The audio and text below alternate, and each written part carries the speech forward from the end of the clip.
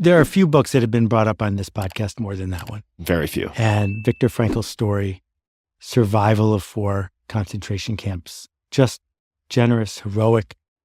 The thing is, a lot of people stop reading halfway through the first book that they touch of his, because the story is really powerful. But then you get to this stuff about logotherapy. And some people say that he was part of the triad of Austrian pioneers in the way we think about the mind. There was Freud, who focused on sensuality and sex. There was Adler, who focused on status, dominance. And then there was Frankl, who focused on meaning. And meaning, as far as I can tell from my limited reading of Frankl's work, is when a human being finds a thing that means something to them, a chance for a path forward, a pathway to hope, everything in their life gets better. And that his work, he lived for another 70 years after he got out of the camp, 65 years.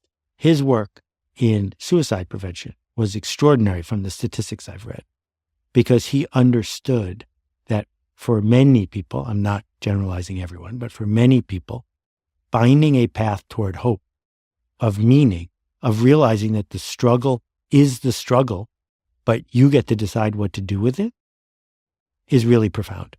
And I think as our industrialized world has gotten more narcissistic, which basically says marketers need to make you uncomfortable so that you will buy more stuff to feel better about yourself and your standing, marketers are trying to push people to find meaning in purchases.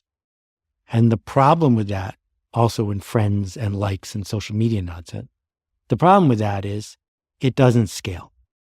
And after you've got one storage room full of stuff, buying more things doesn't seem to help you find more meaning.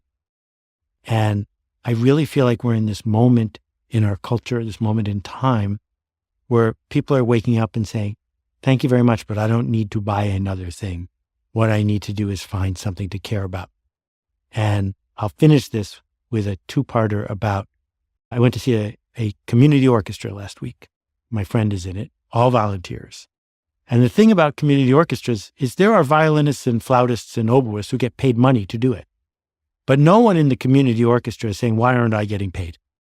Because that's not why they're there. In fact, they often pay to be there.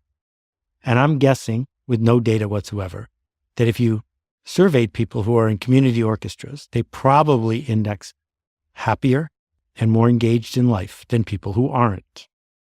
And so the question is, where are we going to find our community orchestra? For me, the last year and a half, it was the Carbon Almanac. I have 1,900 friends in 90 countries around the world. I ran into a bunch of them yesterday at Union Square. And they're not doing it for money. None of us got paid. They're not doing it for me. I wasn't even there until I showed up at the end of the day. They're doing it because the meaning that they get from it is so valuable. It gives them a reason to put up with all the other stuff they have to do every day.